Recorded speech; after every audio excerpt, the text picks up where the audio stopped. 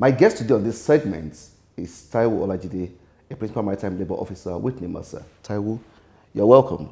Thank you so much, Femi, for having me on this segment. I appreciate it. All right, Taiwo, once again, welcome to this segment of this program. In the last few weeks, we've been discussing the United Nations Sustainable Development Goals. As you may know, they were actually, enacted, or will I say enacted, or they were actually, brought in place to help to check certain things about human life, climate change, environment, and all of that. And every sector has a role to play in making this come to bear. In your own view, how do you think the maritime sector in Nigeria has been able to plug into these sustainable development goals? Thank you, Femi, for having me. It's my pleasure to be here. I want to respond to your question by saying that Nigeria, through NIMASA, have been able to key into the sustainable development goals properly. Because, the goals is beyond a specific goal that we have been talking about today, but encompasses talking about inequalities, poverty, how they can combat those things, climate change, then peace and justice and all of that. So if you look at from that perspective, you see that NIMASA, through Maritime Labour Service Department, have been able to key into the agenda. Thank you for that response to the first questions. Yes, we all know that the maritime sector has lots of roles to play, in ensuring that these goals are achieved and attained in Nigeria. Now, on the build-up now, we've discussed no poverty, zero hunger. The third SDG looks at good health and well-being. How is the maritime sector, let me say specifically the seafarers in the industry, what is NIMASA doing to ensure that their well-being is guaranteed and they have good health because of the kind of work that they do? Talking about the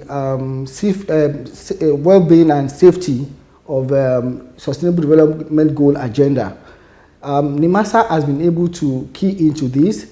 We have the Search and Rescue Center, which is a clinic that's recently been upgraded, and that is a facility to be able to attend to emergencies of the seafarers, in case anything happens.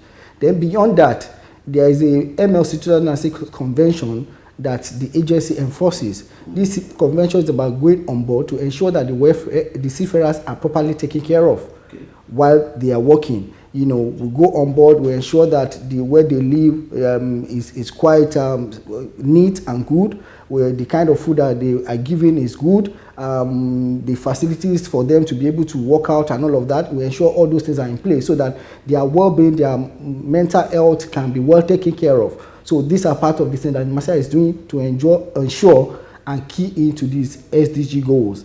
And then again, if you remember, during COVID-19, like you said, NIMASA designated seafarers as essential workers, and they were not bound by the traveling restriction. So these are part of the initiative that NIMASA is doing to key into the SDG agenda.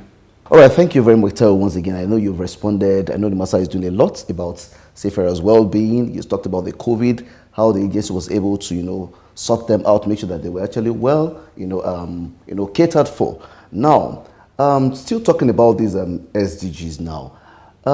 In the next few years, it is presumed that this regime of SDG is going to expire.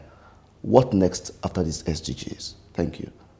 Yes, if you look at the Sustainable Development Goals, before Sustainable Development Goals was Millennium Development Goals. So that is MDGs. So the Sustainable Development Goal came as a follow-up to the MDG. Yes. So now I'm so sure by 2030, when the Sustainable Development Goals elapses, there will be a fresh agenda, because the world cannot just be left in a disarray, not to have a work template to be able to achieve goals that will make us a sustainable goals at the end of the day that will make human life better. Thank you very much, viewers out there. You agree with me that Taiwo Olajide has done justice to these, questions, talking about good health and well-being, in line with the SDG 2030.